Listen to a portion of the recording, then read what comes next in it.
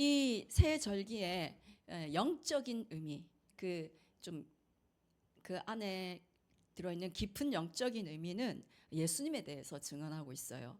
한번 넘겨봐 주세요. 네, 유월절은 어린 양 대신 예수님의 그 십자가의 죽음을 의미하고요. 그다음에 맥추절은 오순절이라고도 하고 칠칠절이라고도 합니다. 예, 그 오순절에 누가 오셨어요? 성령님이 오셨죠. 그래서 뭐가 태어났어요? 교회가 태어났죠. 그래서 맥추절은 성령의 강림과 교회의 탄생을 의미하는데 이 교회가 예수님의 몸이죠. 예.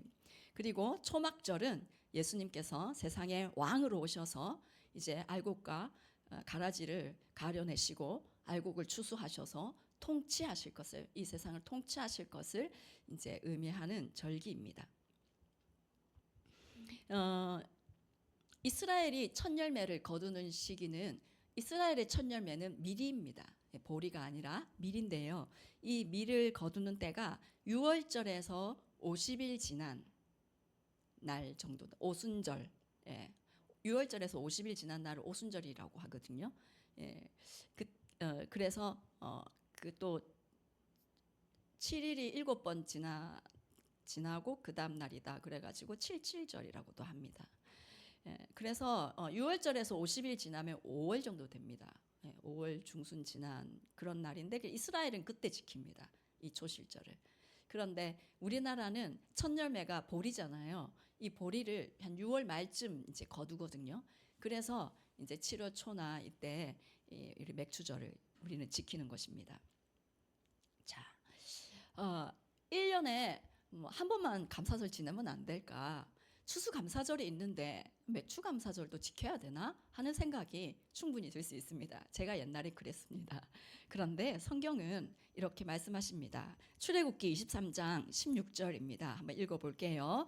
맥추절을 지키라. 이는 네가 수고하여 밭에 뿌린 것에 첫 열매를 거둠이니라. 수장절을 지키라. 이는 네가 수고하여 이룬 것을 연말에 밭에서부터 거두어 저장함이니라. 34장 22절도 읽어볼게요. 칠칠절 곧 맥추의 초실절을 지키고 새말에는 수장절을 지키라. 성경은 맥추절을 지키고 또 그 다음에 연말에 또 수장절도 지켜라. 이 수장절이 초막절 또는 장막절, 추수감사절이다 이렇게 생각하시면 되겠습니다. 성경에서는 초실절을 지키고 또 수장절도 지키라라고 두 절기를 다 지키라고 말씀을 하셨습니다. 그래서 우리는 이 맥추절에 2025년 상반기에 하나님께서 내게 베풀어 주신 은혜, 그리고 하나님께서 내게 주신 여러 면에서의 그런 열매들, 그리고 또 재정적인 부분에서도 주신 열매들을 우리가 감사함으로 첫 열매를 드리는 날이 이 맥추 감사 주일인 거예요. 자, 그러면 이 첫 열매가 무엇을 의미하는지, 이걸 왜 드려야 되는지, 왜 드리라고 하셨는지 오늘 조금 더 말씀을 통해서 나눠볼게요. 첫 번째 우리 한번 읽어볼게요. 시작. 모든 것의 소유권이 하나님께 있음을 고백하는 것입니다. 이 맥추감사절을 지키는 이유는요, 모든 것의 소유권이 하나님의 것입니다 라고 고백하는 거예요. 레위기 23장 말씀 한번 읽어볼게요. 시작. 이스라엘 자손에게 말하여 이르라. 너희는 내가 너희에게 주는 땅에 들어가서 너희의 곡물을 거둘 때에 너희의 곡물의 첫 이상 한 단을 제사장에게로 가져갈 것이요. 곡물을 거둘 때 첫 이삭 한 단을 제사장에 가져가라 하시죠. 그리고 신명기 26장 1절 2절도 보겠습니다. 내 하나님 여호와께서 내게 기업으로 주어 차지하게 하실 땅에 내가 들어가서 거기에 거주할 때에 내 하나님 여호와께서 내게 주신 땅에서 그 토지의 모든 소산의 만물을 거둔 후에 그것을 가져다가 강주리에 담고 내 하나님 여호와께서 그의 이름을 두시려고 택하신 곳으로 그것을 가지고 가서, 아멘. 토지 소산에 2절에 보면은 만물을 거둔 후에 그것을 가져다가 여호와께서 그 이름을 두시려고 택하신 곳이 어디죠? 성전에 가지고 가서라고 말씀하고 있습니다. 성경 여러 곳에서 첫 열매를 드리라라고 말씀합니다. 그런데 이 첫 열매를 드리는 이 규정은요, 이스라엘 백성의 장자를 하나님께 바쳐야 한다는 그 명령과도 연관이 있습니다. 하나님께서 이스라엘 백성들을 출애굽시키셨죠. 몇 가지 재앙으로 출애굽시키셨어요? 몇 가지? 10가지 재앙으로 출애굽을 시키셨어요. 그런데 그 10번째 재앙은 뭐였던 거 혹시 아세요? 사람이 첫 아들을 다 죽이고 짐승 중에서도 첫 새끼는 다 죽이는 그런 재앙이었습니다. 그런데 이것은요, 이 초태생의 소유권이 애굽의 우상에게 있는 것이 아니라 하나님께 있다라는 것을 공포한 거예요. 이 죽음의 재앙에서 이스라엘 백성들은 장자의 죽음을 면하였습니다. 그래서 이것을 계기로 이스라엘 사람들은요, 모든 사람의 장자들, 그리고 모든 가축의 첫 새끼, 그리고 모든 것의 만물은 그들의 것이 아니라 하나님의 것이다 라는 것을 깨닫게 되었습니다. 출애굽기 13장 2절 같이 한번 읽어보겠습니다. 시작. 이스라엘 자손 중에서 사람이나 짐승을 막론하고 태에서 처음 난 모든 것은 다 거룩히 구별하여 내게 돌리라. 이는 내 것이니라 하시니라. 아멘. 사람이나 짐승이나 모든 것을 막론하고 첫 것은 다 내 것이다 라고 분명히 말씀하시고, 민수기 8장 17절도 읽어보겠습니다. 이스라엘 자손 중에 처음 태어난 것은 사람이든지 짐승이든지 다 내게 속하였음은 내가 애굽 땅에서 모든 처음 태어난 자를 치던 날에 그들을 내게 구별하였음이라. 하나님께서 이 첫 것은 처음 태어난 자를 치던 날에 그들을 내게 구별하였다 라고 말씀하고 있습니다. 그래서 주님께 돌리라라고 말씀합니다. 그래서 이스라엘 백성들은 모든 것의 첫 열매, 그리고 장자, 첫 새끼 전부 다 하나님의 것으로 여겼고 하나님께 구별하여서 드렸습니다. 그리고 이 이스라엘의 그럼 첫 아들은 어떻게 하나님께 다 드리나 이런 생각이 들 수 있잖아요. 이 첫 아들을 대신해서 하나님께서 레위 지파를 선택하신 거예요. 그 레위 지파를 선택하셔서 평생을 그들은 구별하여서 하나님을 섬기게 하셨습니다. 그래서 이제 레위인들은 태어나자마자 그냥 성전에서 섬기는 것이 그들의 임무였고 평생 하나님을 기업으로 그렇게 살았죠. 오늘날도요, 첫 것은 하나님의 것이다라는 것을 굉장히 분명하게 구별하시는 분들이 더러 많이 계십니다. 첫 월급은 하나님의 것이야. 첫 아들은 하나님의 것이야. 그렇게 구별하여서 드리는 분들이 많아요. 저 또한 어머니 뱃속에 있을 때 제가 첫째잖아요. 아버지께서 이 아이가 태어나면 하나님의 일을 하도록 하겠습니다. 라고 드렸대요. 소원 기도를 했대요. 난 몰랐는데. 그런 분들이 많아요. 목사님 댁에는 특별히 그런 분들이 많고 장로님 댁에서도 그런 일들이 많습니다. 민수기 3장 12절 13절 같이 한번 읽어보겠습니다. 시작. 보라, 내가 이스라엘 자손 중에서 레위인을 택하여 이스라엘 자손 중에 태를 열어 태어난 모든 마지를 대신하게 하였은즉 레위인은 내 것이라. 처음 태어난 자는 다 내 것임은 내가 애굽 땅에서 그 처음 태어난 자를 다 죽이던 날에 이스라엘의 처음 태어난 자는 사람이나 짐승을 다 거룩하게 구별하였음이니 그들은 내 것이 될 것임이니라. 나는 여호와이니라. 아멘. 레위인을 하나님께서 선택하신 것은 이 제사와 성막 사역, 성전 사역을 섬기게 하기 위함도 있지만 장자들을 대신하여서 대속하는 그런 의미가 있는 것입니다. 그래서 레위인은 온 이스라엘의 이 민족들을 대표하여서 하나님께 드려진 존재다라고 생각하면 되는 거예요. 그래서 이 초태생, 이 처음 것은요, 그것이 속한 모든 것을 대표하는 의미를 가지고 있습니다. 그래서 예를 들어서 누구 집에 송아지 새끼를 3마리를 낳았다 칩시다. 그러면 그 중에 첫 번째 태어난 송아지는 이제 하나님께 드리는 거예요. 그러면은 이 첫 새끼를 하나님께 드렸지만 두 번째 태어나고 세 번째 태어나고 네 번째 태어나고 그 모든 송아지는 이 하나님의 것입니다라는 것을 그 의미를 담고 있는 것입니다. 송아지 한 마리 드렸지만 이 송아지는 이 뒤에 태어나는 모든 송아지를 대표하는 거예요. 그래서 첫 열매만 하나님의 것이 아니라 내게 있는 모든 것은 다 하나님의 것입니다 라고 고백하고 드리는 날이 이 첫 열매를 드리는 날인 것이죠. 내 생명, 내 가족, 내 재정 모두 하나님의 것입니다. 내가 주인 아닙니다. 하나님이 주인입니다. 그래서 이 첫 열매를 드리는 것은 하나님의 주권을 우리가 이제 인정하는 거예요. 우리 아인 성도들 중에서도 내게 있는 모든 것 이미 하나님의 것입니다라고 고백하고 그렇게 살려고 하시는 분들이 계실 텐데요. 그 마음의 고백의 행위가 이 첫 열매를 드림으로 이 맥추절을 지키는 것입니다. 자, 그러면 신명기 8장 17절 18절 같이 읽어보겠습니다. 그러나 내가 마음에 이르기를 내 능력과 내 손의 힘으로 내가 이 재물을 얻었다 말할 것이라. 내 하나님 여호와를 기억하라. 그가 내게 재물을 얻을 능력을 주셨음이라. 이같이 하심은 내 조상들에게 맹세하신 언약을 오늘과 같이 이루려 하심이니라. 하나님께서 우리에게 직장을 주시고 또 이렇게 월급을 받게 하시고 또 장학금도 받게 하시고 뭐 알바를 하게 하시고 그래서 우리에게 재정이 생겼을 때에 이렇게 생각하기가 쉽습니다. 내 능력으로 내가 수고해서 이 재정을 얻었다라고 일반적으로 그렇게 생각하죠. 그죠? 그런데 하나님 오늘 이 말씀을 보시면요. 18절에서요. 내 하나님 여호와를 기억하라. 그가 내게 재물 얻을 능력을 주셨음이라 라고 말씀하십니다.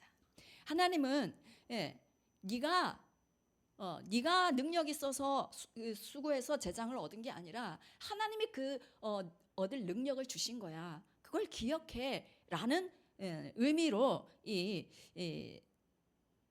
초실절, 이 맥추절을 지키게 하신 것입니다. 이것을 기억하게 하기 위한 하나님의 배려가 맥추 감사 주일인 것이죠. 그래서 오늘 우리가 맥추 감사 헌금을 드리는 분들이 그냥 재정만 드리는 것이 아니라 하나님께서 저에게 일터를 주셨습니다. 하나님께서 제게 재정 얻을 수 있는 길을 열어주셨고 하나님께서 그 일을 감당할 수 있는 능력과 건강을 저에게 주셨습니다. 이 모든 재정의 주인은 하나님이십니다 라는 그 마음의 진실한 고백을 담아서 하나님께 감사드리시기 바랍니다. 두 번째, 이 맥추절의 의미는 같이 읽어보겠습니다. 구원의 은혜를 주심에 감사함의 표현입니다. 신명기 26장 1절 2절 한번 읽어보겠습니다. 내 하나님 여호와께서 내게 기업으로 주어 차지하게 하실 땅에 내가 들어가서 거기에 거주할 때에 내 하나님 여호와께서 내게 주신 땅에서 그 토지의 모든 소산의 만물을 거둔 후에 그것을 가져다가 광주리에 담고 내 하나님 여호와께서 그의 이름을 두시려고 택하신 곳으로 그것을 가지고 가서 하나님께서 아브라함을 선택하셔서 부르셨습니다. 그에게 네 후손이 하늘의 별과 같이 많아질 것이야 라고 약속하셨고 그리고 아브라함의 후손에게 가나안 땅을 주실 것이다 약속하셨죠. 언약에 신실하신 하나님은 애굽의 노예로 고통받던 그 이스라엘 민족들을 그들의 부르심을 들으시고 부르짖음을 들으시고 그들을 출애굽시켜 주셨습니다. 그래서 가나안 땅을 정복하게 해 주셨습니다. 그리고 그 땅에 살면서 열매를 거두게 해 주셨죠. 그래서 더 이상 애굽의 종이 아니라 살아계신 하나님의 백성으로 살게 해주셨습니다. 이 은혜를 기억하고 첫 열매를 하나님께 드리며 감사하게 하였던 것입니다. 마찬가지로 죄의 종으로 살던 우리를 하나님께서 구원하셔서 하나님의 자녀가 되게 해주셨죠. 이 은혜, 그래서 하나님의 나라를 유업으로 받을 수 있게 해주신 이 은혜를 기억하고 감사함으로 드리는 날이 이 맥추 감사 주일인 것입니다. 여러분, 구원받은 복보다 더 큰 복이 있나요? 우리를 예수 믿게 하신 복보다 더 큰 복이 있나요? 그거보다 더 큰 복은 없습니다.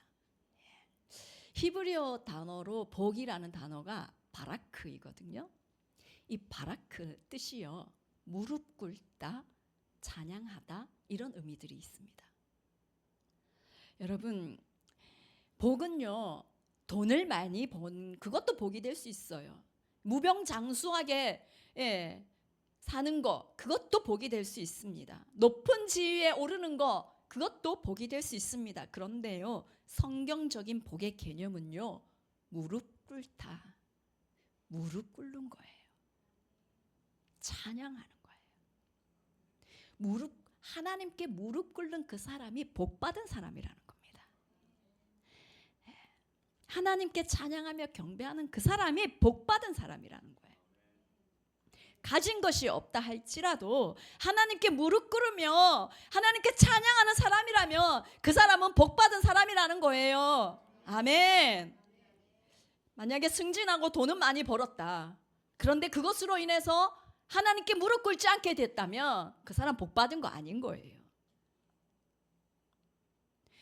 어려움이 있는데 힘들어서 하나님께 더 가까이 나아가 무릎 꿇게 됐다면 그 사람 저주받은 게 아니라 복받은 거예요. 부자와 나사로 말씀하시죠? 부자는 그의 부함으로 인해서 하나님께 무릎 꿇지 않았습니다. 그러나 나사로, 가진 것이 없던 그는 하나님께 무릎 꿇는 사람이었죠. 그래서 낙원으로 아브라함의 품에 안기게 되었습니다. 예, 우리가 하는 일이 잘 되고 안 되고를 떠나서 내가 지금 하나님께 무릎 꿇는 자가 된 것에, 내가 지금 하나님을 찬양하는 사람이 된 것에 우리가 감사하는 우리가 되기를 원합니다. 이 복을 주신 하나님 진심으로 감사합니다 라고 오늘 하나님 앞에 올려드리는 날이 되기를 원합니다.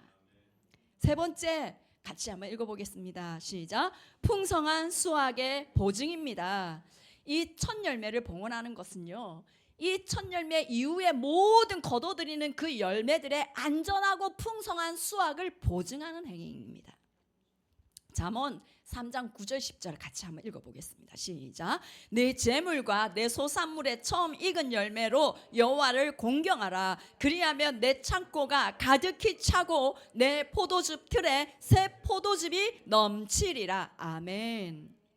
우리가 첫 열매를 구별하여서 여호와 하나님을 공경할 때에 우리의 창고가 가득히 차게 되고 우리의 포도즙 틀에 새 포도즙이 넘쳐날 것이라고 하나님께서 약속하셨습니다.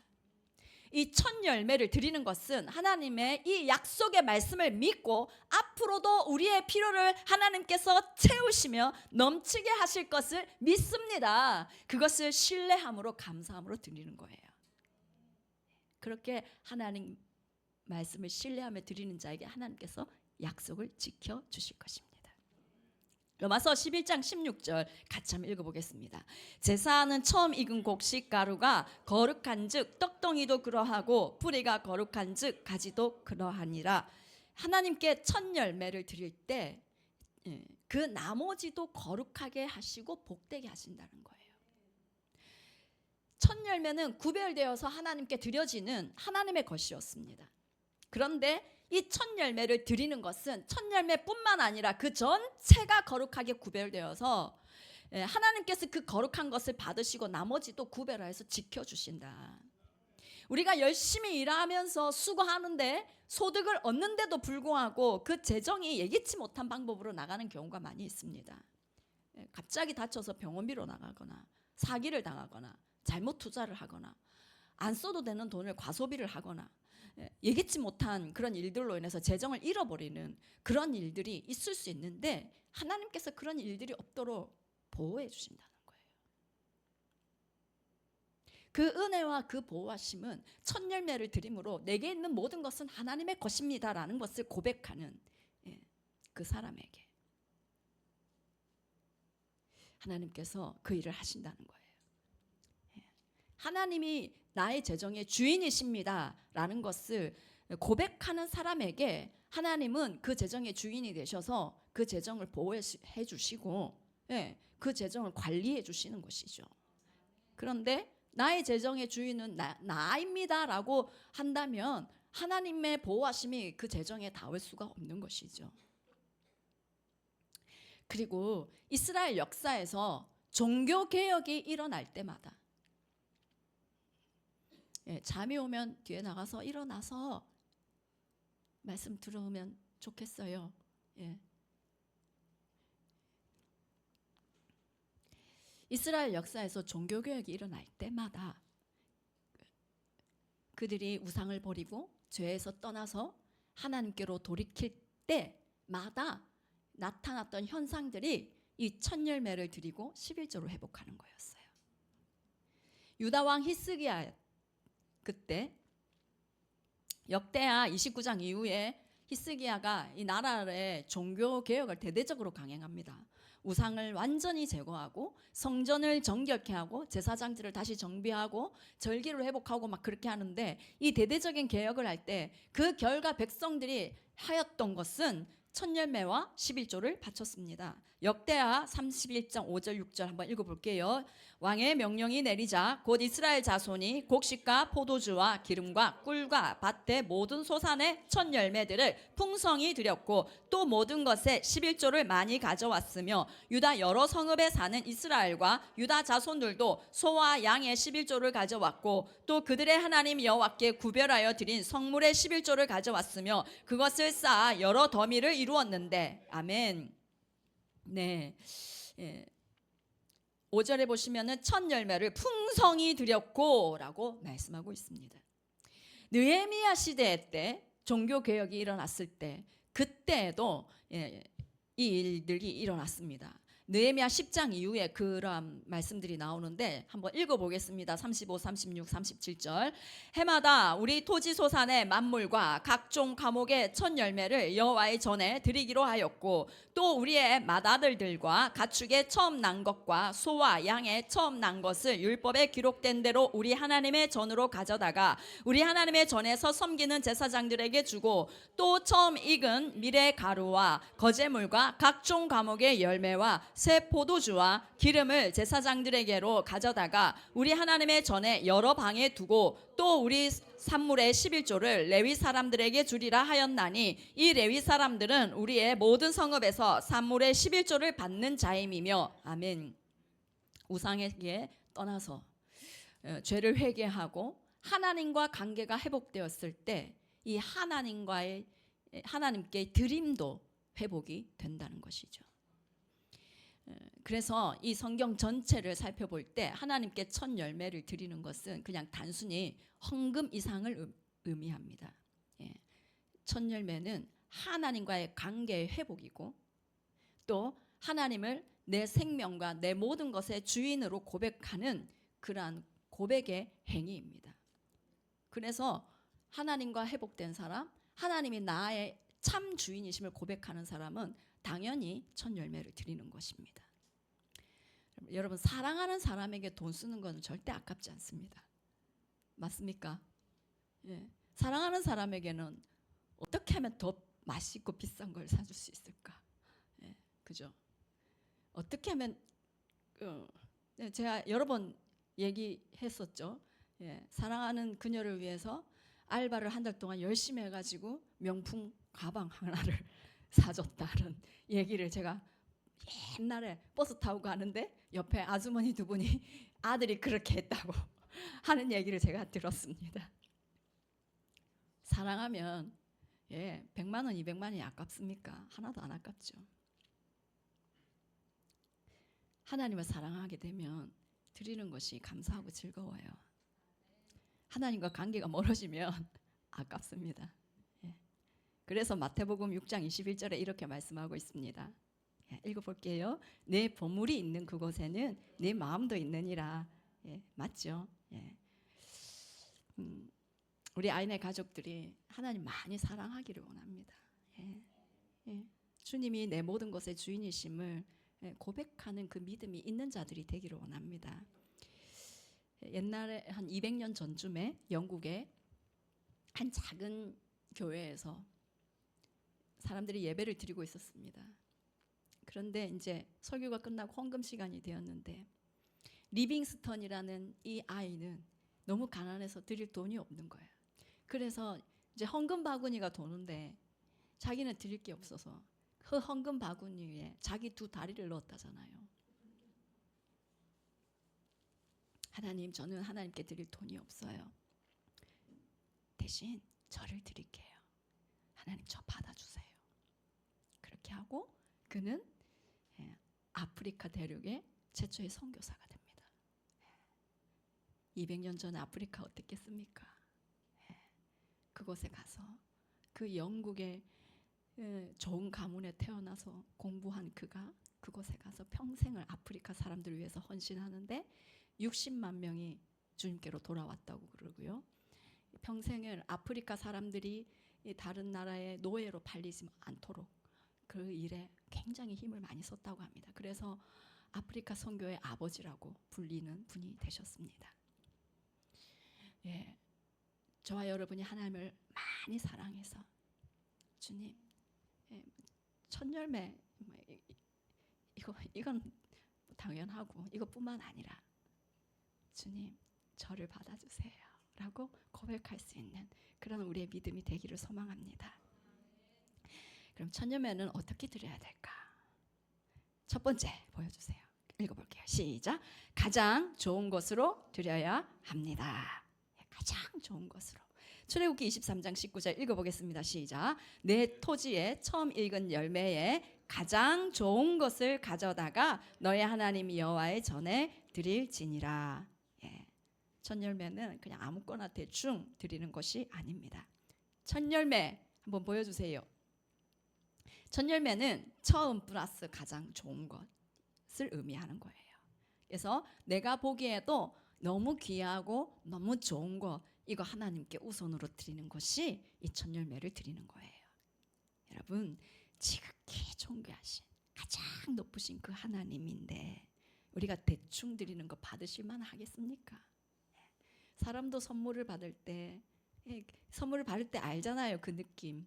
아, 이 선물은 정말 정성껏 너무 정성껏 준비했네. 받을 때 기분 좋죠. 뭐 선물 줘도 정성이 하나도 안 느껴지는 그런 선물이 있어요. 그런데 우리 하나님께 우리가 드릴 때 정성이 느껴지는 그런 걸 드리기를 원합니다. 그래서 하나님이 기뻐하시는 그런 우리의 예물이 되기를 원합니다. 두 번째, 어떻게 드려야 되나? 시작. 은혜를 기억하며 감사를 고백함으로 드려야 됩니다. 당연히 감사함으로 드려야 되는데 5절부터 9절을 한번 보십시오. 신명기 26장 5절에서 9절을 보시면 제가 읽어볼게요. 너는 또 내 하나님 여호와 앞에 아뢰기를 내 조상은 방랑하는 아람 사람으로서 애굽에 내려가 거기에서 소수로 거류하였더니 거기에서 크고 강하고 번성한 민족이 되었는데 애굽 사람이 우리를 학대하며 우리를 괴롭히며 우리에게 중노동을 시키므로 우리가 우리 조상의 하나님 여호와께 부르짖었더니 여호와께서 우리 음성을 들으시고 우리의 고통과 신고와 압제를 보시고 여호와께서 강한 손과 편팔과 큰 위엄과 이적과 기사로 우리를 애굽에서 인도하여 내시고 이곳으로 인도하사 이 땅 곧 젖과 꿀이 흐르는 땅을 주셨나이다. 지금 첫 열매를 드리면서 지금 고백하는 내용이에요. 그런데 보시면은 조목조목 너무나 상세하게 이 하나님의 은혜를 다 일일이 말로 고백하면서 하나님께 드리고 있는 걸 우리는 볼 수 있습니다. 우리가 첫 열매를 드릴 때 헌금만 드리는 게 아니라요, 지금까지 베풀어 주신 그 은혜를 조목조목 되새기면서 하나님께 하나하나 다 하나님 감사드려요. 이래 했을 때 이렇게 해주셔서 너무너무 감사드려요. 이 하나님의 베풀어 주신 이 은혜를 조목조목 기억하고 되새기면서 고백하면서 감사하는 그런 시간들이 오늘 되기를 바랍니다. 아멘. 네, 그래서 하나님이 기쁘시게 받으시는 그런 첫 열매가 되셔서 우리의 창고가 가득히 채워지고 새 포도주로 가득 잘러 넘치게 되는 그 은혜도 여러분에게 임하기를 간절히 축원합니다. 육신의 필요만 하나님께서 또 채우시는 것이 아니라 우리의 영적인 양식과 영적인 은혜가 차고 넘치도록 채워지는 그 은혜가 우리 모두에게 임하기를 간절히 축원합니다. 우리 같이 찬양하겠습니다.